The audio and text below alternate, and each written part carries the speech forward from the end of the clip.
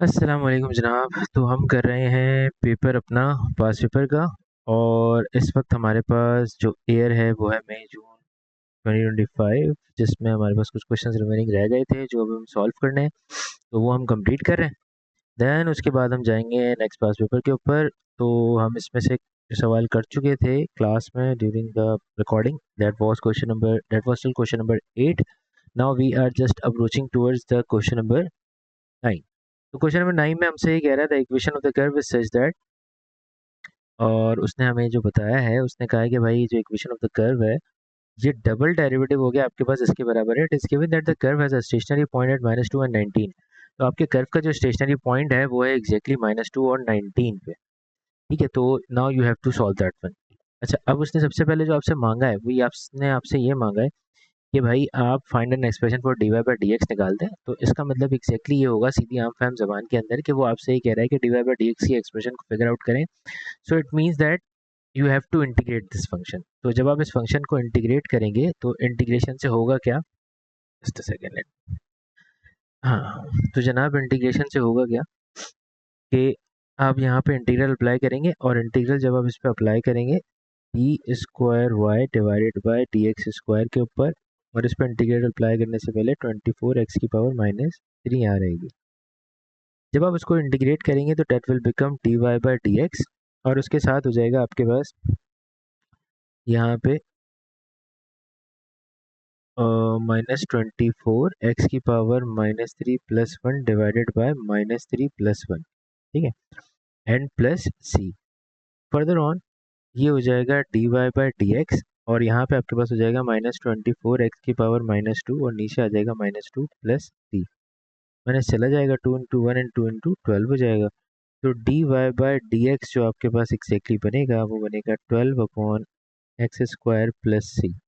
ठीक है जनाब, ये आपके पास आ गया d Y by D x.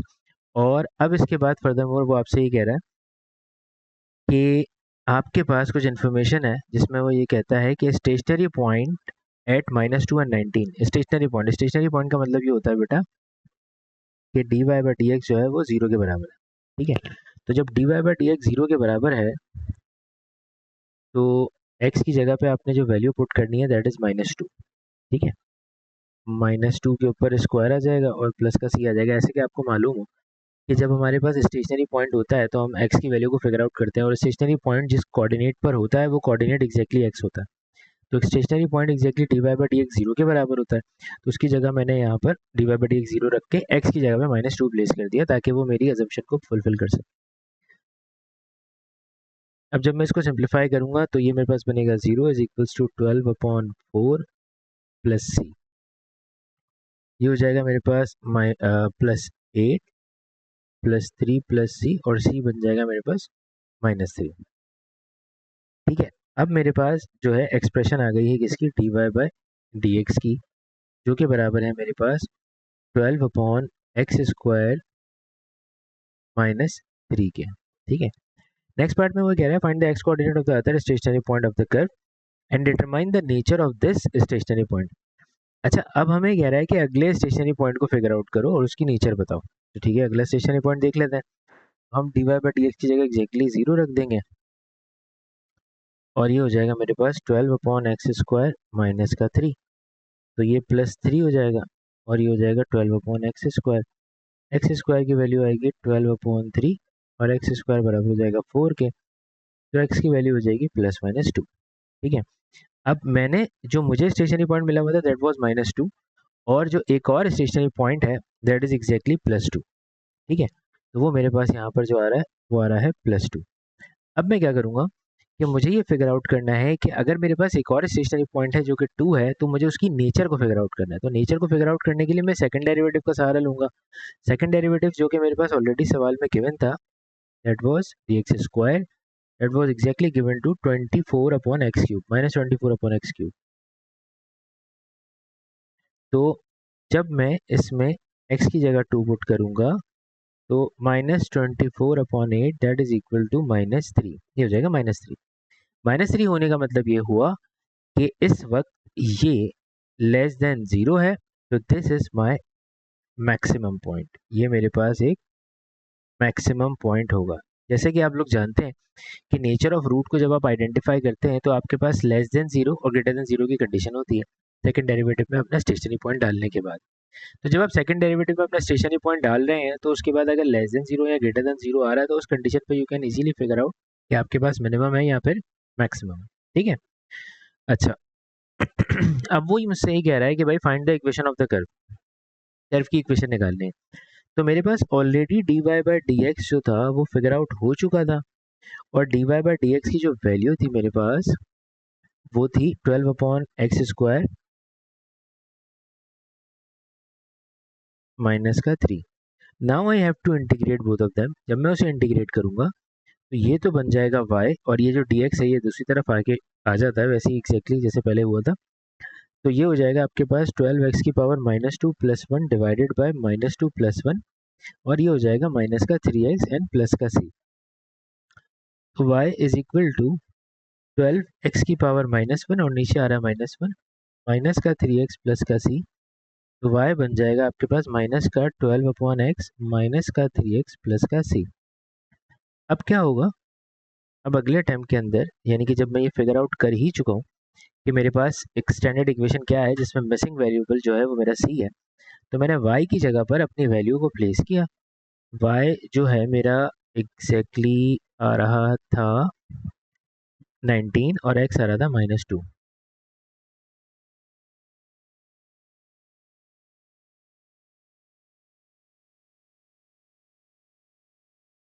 तो ये हो जाएगा मेरे पास 6 और ये हो जाएगा प्लस का 6 और प्लस का c। तो 19 minus 12 is equal to c, और c की वैल्यू हो जाएगी 7। तो अब जो जनाब मेरे पास एग्जैक्टली करवा रहा है माइनस का 12/x माइनस का 3x प्लस का 7। तो ये मेरे पास एग्जैक्टली कर्व आ गया। और अब वो मुझसे ये कह रहा है कि find the equation of the normal to the curve at a point this where dy by dx minus 9/4 and x is a positive express your answer in the form of this। अच्छा, अब x is positive है, ये उसने exactly आपको एक बात बताई है। तो x आपके पास पॉजिटिव है, तो पॉजिटिव x आप कैसे फिगर आउट कर सकते हो? देखो बेटा बहुत सिंपल है कि जब आप उसी कर्व से, क्योंकि जाहिर सी बात है एक इंटरकनेक्टेड लिंक क्वेश्चन चल रहा है तो आपके पास सारी चीज़ें वही चल रही। अ, तो उसमें आप ये करोगे कि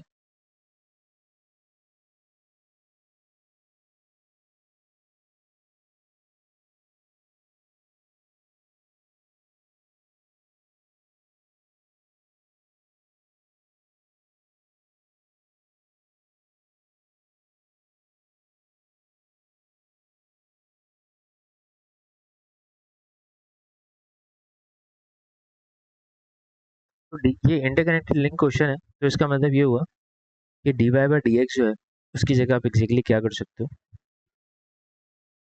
ये आपका ग्रेडियंट है। ठीक है, d Y by D x, और ये एग्जैक्टली -9/4 आ रहा है। तो m जो है वो आपके पास -9/4 हो जाएगा टेंजेंट के लिए। तो जब आप m बात करोगे नॉर्मल के लिए, सो इट विल बी 4/9। ये एग्जैक्टली हो जाएगा नॉर्मल का ग्रेडियंट।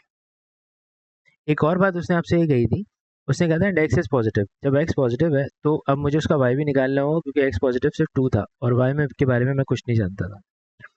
तो मेरे पास एक स्टैंडर्ड इक्वेशन थी कर्व की, मैं उसके अंदर इस वैल्यू को डालकर अपना वाई निकाल सकता हूँ। क्योंकि अगर मैं आपको दोबारा से बता देता हूँ, हमने एक्स की दो वैल्यूज ली थी, एक -2 था और एक +2 था। तो हम +2 वाले को इस्तेमाल कर रहे हैं क्योंकि इसका वाई हमारे पास नहीं था। -2 वाले क्वेश्चन का वाई हमारे पास था, दैट वाज 19, वो उसने 19 हमें दिया हुआ था। ठीक है, तो अब हम इसको कंप्लीट करते हैं, यहाँ से y निकालते हैं, और y इज इक्वल्स टू -12/2 -3 × 2 और प्लस का 7। तो ये हो जाएगा -6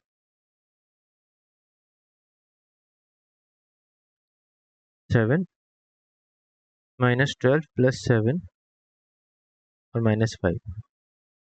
तो ये कोऑर्डिनेट मेरे पास हो गया 2, -5। ठीक है जनाब, अब मुझे क्या करना है, 2, -5 y is equals to mx plus c की हमारी इक्वेशन होती है। y की जगह लिखा मैंने -5 m की जगह मैंने लिखा है यहाँ पे 4/9 और x की जगह लिखा है 2 plus c। -5 is equals to 8/9 plus c। -5 minus 8/9 is equal to c। और c जो है वो हो जाएगा मेरे पास 45 माइनस 8/9, जिससे मैं इसको फिगर आउट करूँगा। -45 minus 8/9 that is c is -53/9। ठीक है, तो अब मैंने क्या किया,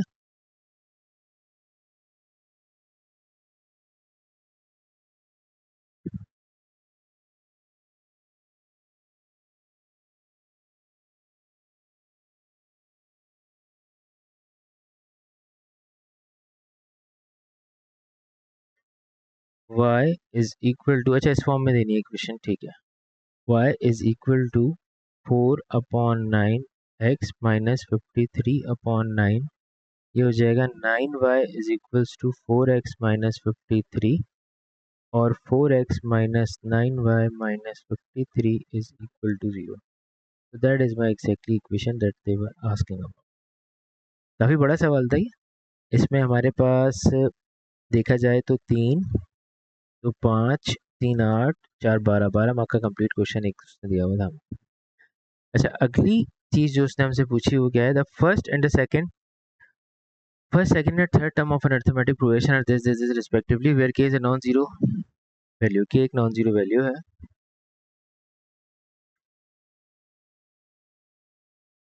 ये एक ज्योमेट्रिक प्रोग्रेशन है, आपको के की वैल्यू निकालनी। ज्योमेट्रिक प्रोग्रेशन है, इसका मतलब ये हुआ इनका रेशियो इक्वल होगा। ओ सॉरी, अर्थमेटिक प्रोग्रेशन है, सो सॉरी, अर्थमेटिक प्रोग्रेशन है। अगर अर्थमेटिक प्रोग्रेशन होगी तो इस केस के अंदर इनका डिफरेंस सेम होगा। तो डिफरेंस सेम करके आप किस तरीके से इसको फिगर आउट करेंगे, बहुत सिंपल है। यानी कि आप कर देंगे के स्क्वायर माइनस का 4k is equals to 8k minus का के स्क्वायर। अब सारी चीज़ों को एक तरफ लेकर आ जाइए, तो ये आपके पास हो जाएगा 2k स्क्वायर माइनस का 4k माइनस का 8k is equal to 0। 2k square minus का 12k इज इक्वल टू 0। 2 के आप यहाँ से कॉमन ले लेंगे, ये हो जाएगा k minus 6 is equal to 0।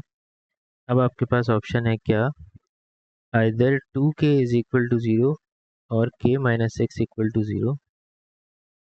k की वैल्यू जो है वो आपके पास 0 आ रही है और k की वैल्यू आपके पास 6 आ रही है। ठीक है, अच्छा अब वो कह रहा है find the sum of the first 20 terms of this progression, उस प्रोग्रेशन की फर्स्ट 20 टर्म्स का सम निकालना है। तो देखो बेटा, सम निकालने के लिए ये फॉर्मूला होता है आपके पास 1 माइनस आर की power n divided by 1 minus R. इसमें r एग्जैक्टली होता है आपके पास second term divide by first term, यहाँ पे third term divide by second term. It's up to you whatever you want to do. तो मैं इस वक्त सबसे पहले ये करता हूँ कि मेरे पास जब k आ गया है तो मैं उससे अपनी x टर्म्स बना लेता हूँ, क्योंकि k जीरो तो नहीं हो सकता, दैट इज़ नॉट पॉसिबल ना। k सिर्फ और सिर्फ 6 हो सकता है, क्योंकि उसी से ज्योमेट्रिक प्रोग्रेशन एग्जिस्ट करेगी। अदरवाइज अगर मैं k की जगह जीरो रख दूंगा तो सब जीरो हो जाएंगे। तो मेरे पास 6, पहली टर्म थी 4k, तो ये हो जाएगा 4 × 6। दूसरी टर्म थी k स्क्वायर, 6 स्क्वायर हो जाएगा। और तीसरी टर्म थी 8k, तो ये हो जाएगा मेरे पास 8 × 6। तो ये बनेगा 24, ये बनेगा 36 और ये बनेगा 48। ये 3 टर्म्स है मेरे पास। अब ये 20 टर्म्स तक जा रही हैं, तो मुझे वहां तक उसका सम फिगर आउट करना है। तो सम निकालने के लिए मेरे पास n जो है वो फिक्स हो जाएगा, जो कि 20 है। a जो है वो फर्स्ट टर्म थी, जो कि 24 हो जाएगी। और r निकालने के लिए मैं 36 डिवाइडेड बाय 24 कर लूँगा, तो जो कि मेरे पास हो जाएगी 4 9 ज़ा 36, 4 6 ज़ा 24 और फिर 3 3 ज़ा 9 और 3 2 ज़ा 6, 3/2। सारी चीज़ों को उठाकर मैं यहाँ फॉर्मूले में अपने सब्स्टिट्यूट कर दूंगा। 21 माइनस 3/2 के ऊपर whole square divided by 1 minus 3/2। सही है, तो अब आप कैलकुलेटर का कमाल दिखाएंगे और इसको सॉल्व कर लेंगे। 20 के बाद आपके पास जो है, जस्ट सेकेंड,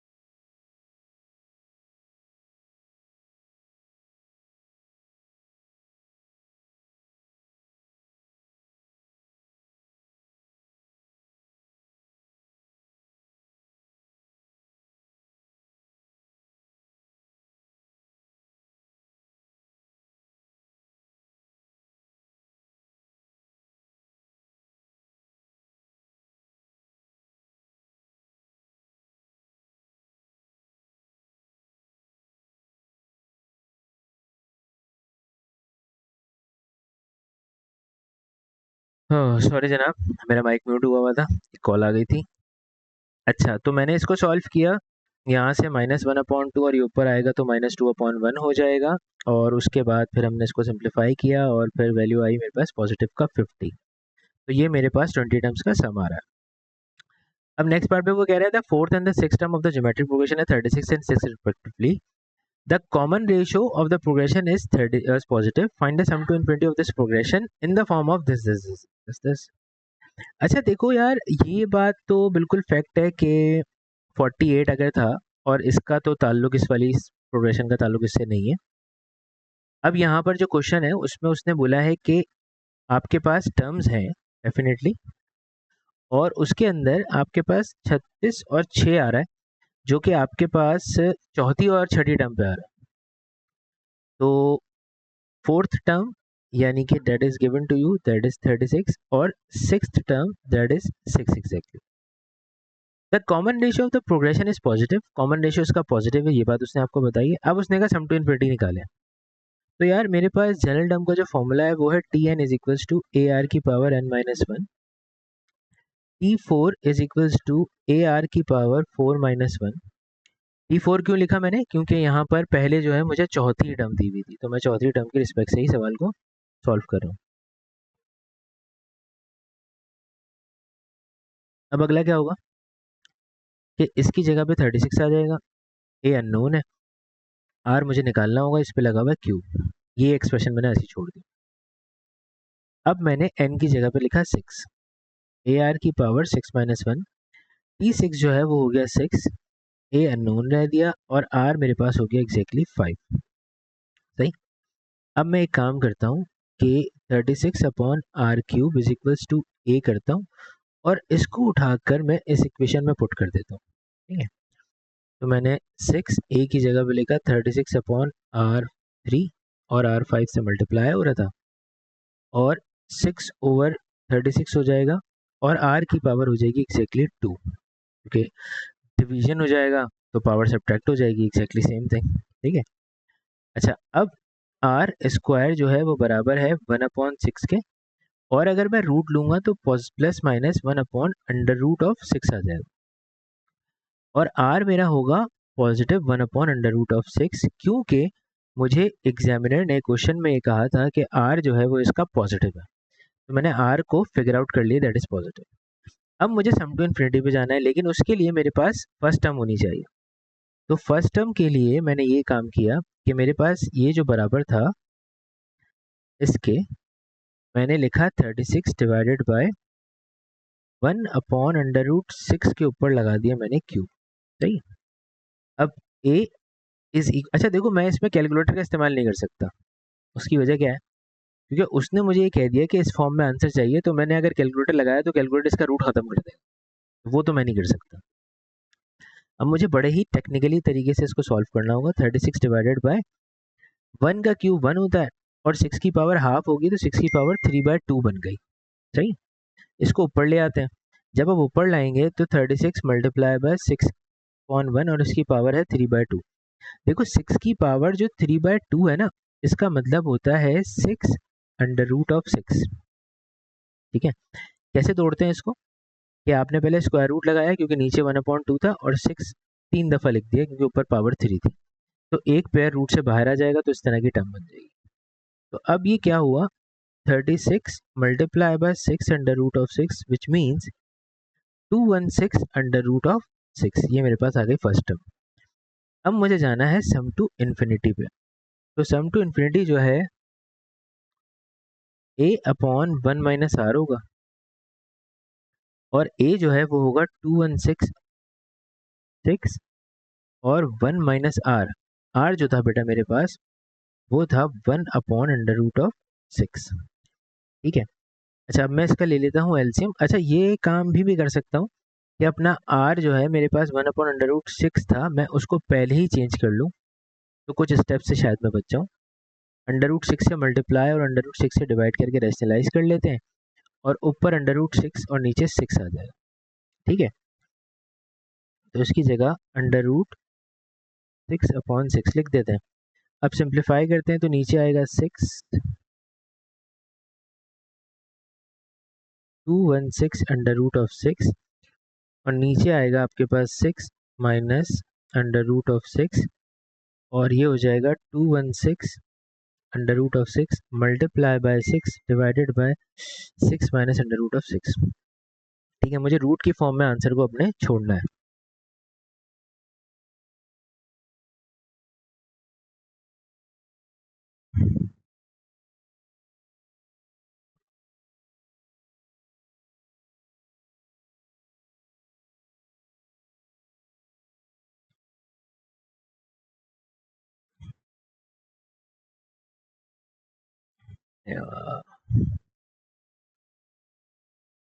एक सेकेंड अगर आप लोग मुझे थे।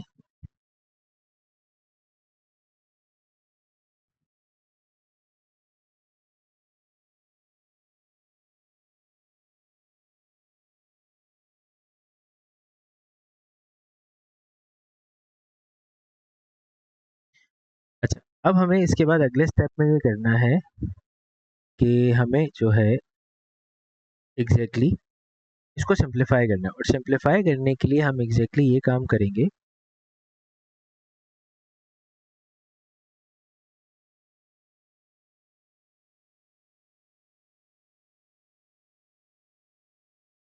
सिक्स को आप 216 से मल्टीप्लाई करेंगे, इसके अंदर आपके पास क्रिएट हो जाएगा 1296 √6 डिवाइडेड बाय 6 माइनस √6। 6 प्लस √6 से मल्टीप्लाई और 6 प्लस √6 से आप इसको डिवाइड करेंगे ताकि आप उसको रैशनलाइज की हदूद तक पहुंचा दें। क्या हमें नीचे वाला स्पेस दिया हुआ है? नहीं भाई, इसी में यूज़ करना है। तो जब आपके पास मल्टीप्लाई होगा अगेन 6 से,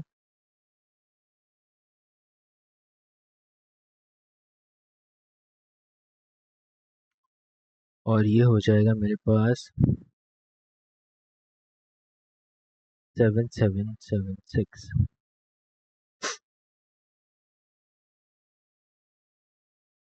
और नीचे हो जाएगा 36 माइनस का 6। तो ऊपर से मैं 7776 को कॉमन ले सकता हूँ, तो ये √6 प्लस 1 हो जाएगा और नीचे एग्जैक्टली मेरे पास हो जाएगा 30। ओहो, गड़बड़ नहीं, घोटाला। उसने हमसे कहा था कि हम आंसर यहीं तक छोड़ दें, मैंने उसको और फर्दर सिंप्लीफाई कर दिया।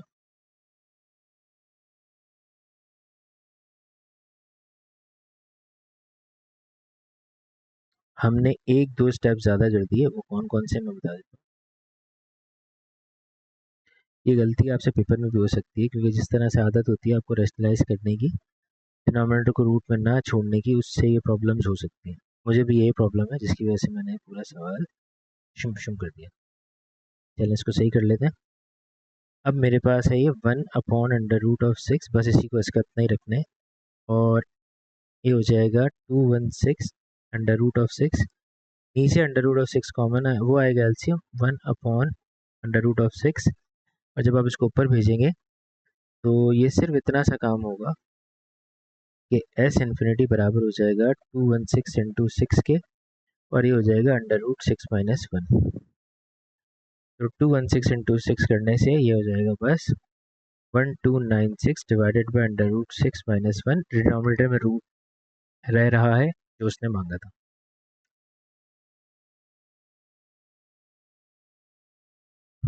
ठीक है जनाब। अच्छा,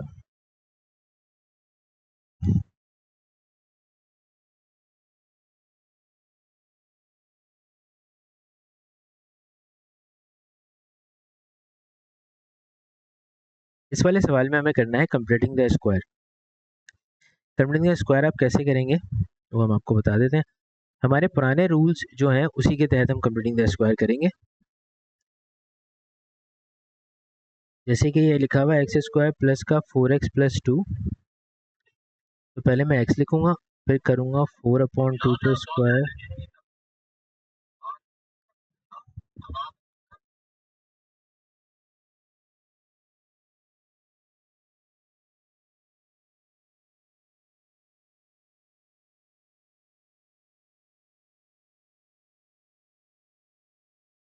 सो 2 + 4 + 2, ठीक है जनाब।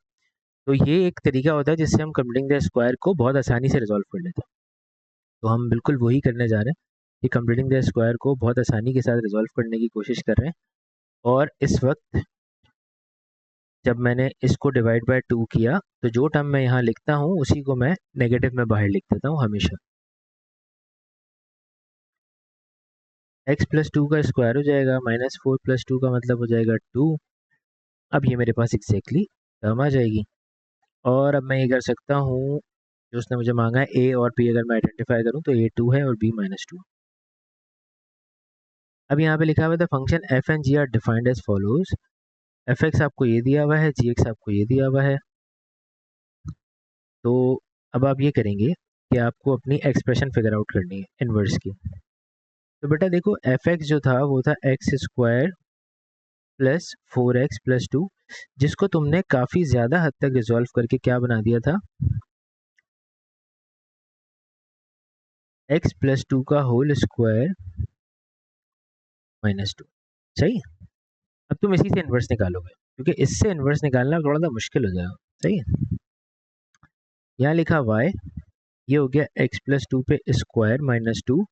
x को y से करेंगे आप रिप्लेस, ये हो जाएगा y + 2 के ऊपर स्क्वायर -2 x + 2। अब आएगा plus minus under root of this is equals to y + 2, और y हो जाएगा -2 plus minus under root of x + 2। अब ये मेरा बन गया है इनवर्स।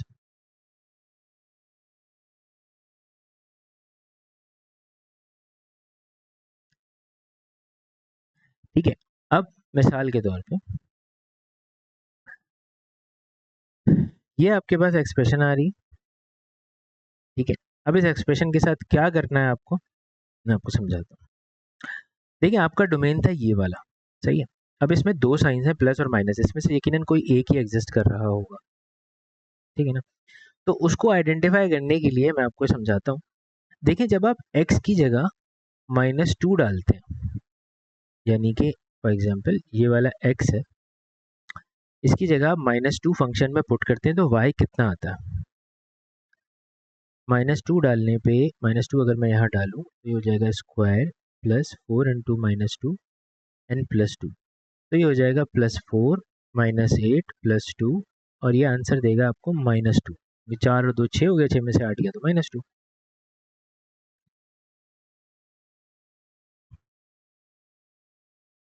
सही। अच्छा, अब क्या करना है, ये जो तुम्हारा y है ना, ये एग्जैक्टली यहाँ पर x है। सही।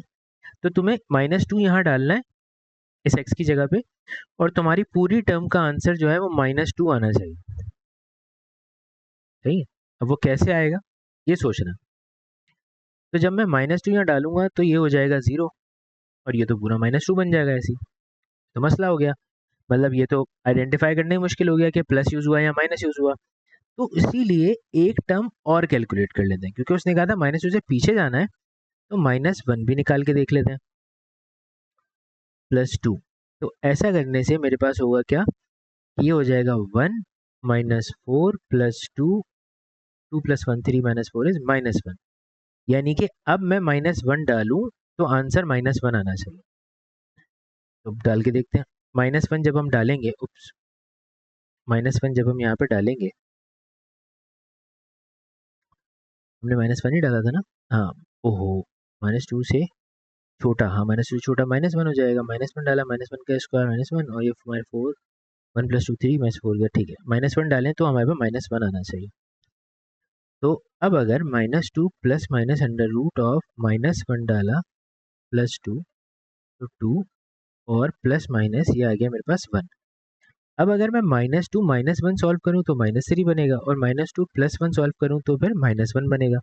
यानी कि इसका मतलब मेरा प्लस वाला जो फंक्शन है वो मुझे एग्जैक्ट आंसर दे रहा है। तो मेरा इनवर्स जो है वो हो जाएगा -2 plus under root of x + 2। सही। अब हमारे पास अगली बात क्या है, उसने कहा कि भाई जी ऑफ एफ का कॉम्पोजिट फंक्शन निकाल के उसका इन्वर्स निकाल दो।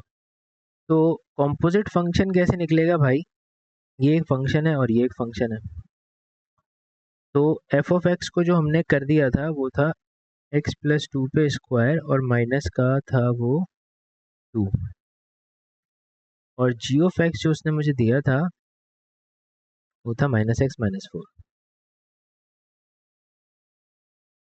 जी एफ एक्स का मतलब ये होगा कि जी के फंक्शन में आपको एफ एक्स पुट करना है।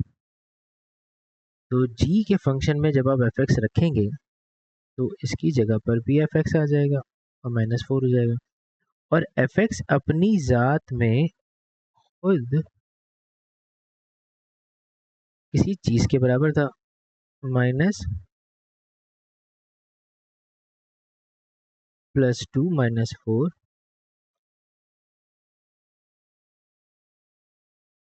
ये आ गई एक्सप्रेशन। ठीक है, अब उसने मुझसे कहा कि जनाब आला आप मुझे इसका इन्वर्स फंक्शन बनाकर दे दीजिए।